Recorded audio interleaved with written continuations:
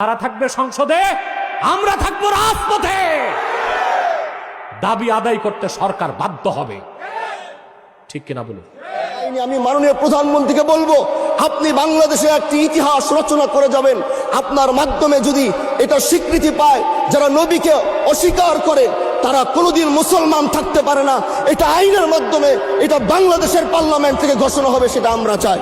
মাননীয় দুঃখজনক, মুফতি হানজালার যে বক্তব্য দিয়েছে 14 কোটি মুসলমানের পক্ষ থেকে তিনি দায়িত্ব পালন করেছেন, কিন্তু কুখ্যাত কিছু কাফের মোশরেক নাস্তিক আর কাদিয়ানীদের দল মুফতি হানজালাকে নিয়ে সোশ্যাল মিডিয়ায় ট্রল করতেছে।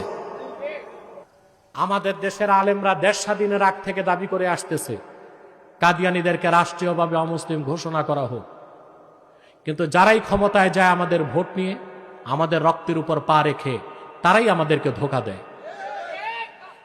আনন্দে আমার মন ভরে গেছে। গতকাল বা গত পরশু খেলাফত মজলিসের একজন এমপি মাওলানা মুফতি হানজালা বিরোধী দলের আছেন, তিনি সংসদে সরাসরি স্পিকারকে বলেছে কুখ্যাত কাদিয়ানীদেরকে রাষ্ট্রীয়ভাবে অমুসলিম ঘোষণা করা হোক।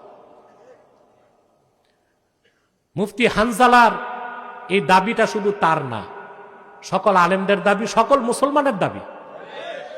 অতএব আমি চাই সংসদে বিরোধী দলের বাকি যারা আছে তারাও তার সাথে মুফতি হানজালার সাথে একত্রতা ঘোষণা করুক এবং তারা প্রত্যেকেই কুখ্যাত কাফের কাদিয়ানীদের রাষ্ট্রীয়ভাবে অমুসলিম ঘোষণার দাবি সংসদে উত্থাপন করুক।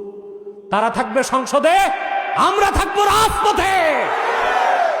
দাবি আদায় করতে সরকার বাধ্য হবে, ঠিক কিনা বলুন?